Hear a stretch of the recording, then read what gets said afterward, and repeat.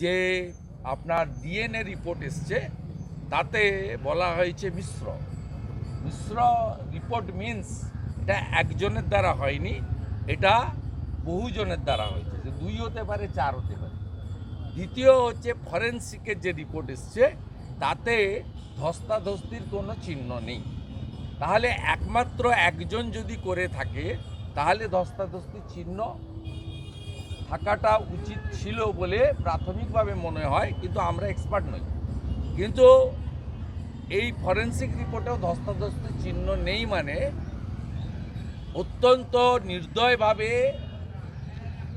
অবর্ণনীয় যন্ত্রণা দিয়ে বহু সংখ্যক ব্যক্তির উপস্থিতিতে বা তাদের এই যে জানোয়ারকেও লজ্জা দেওয়া যায় যে কায়দায় তারা এটা করেছে, যেটা ডাক্তারবাবুরা তুলছেন, এবং রিপোর্টে যদি সত্যি এইগুলো ডিএনএ বা ফরেন্সিকে থেকে থাকে বা তার পরিবার বাবা মা যেসব অভিযোগ করছেন এর নিষ্পত্তি হওয়া উচিত।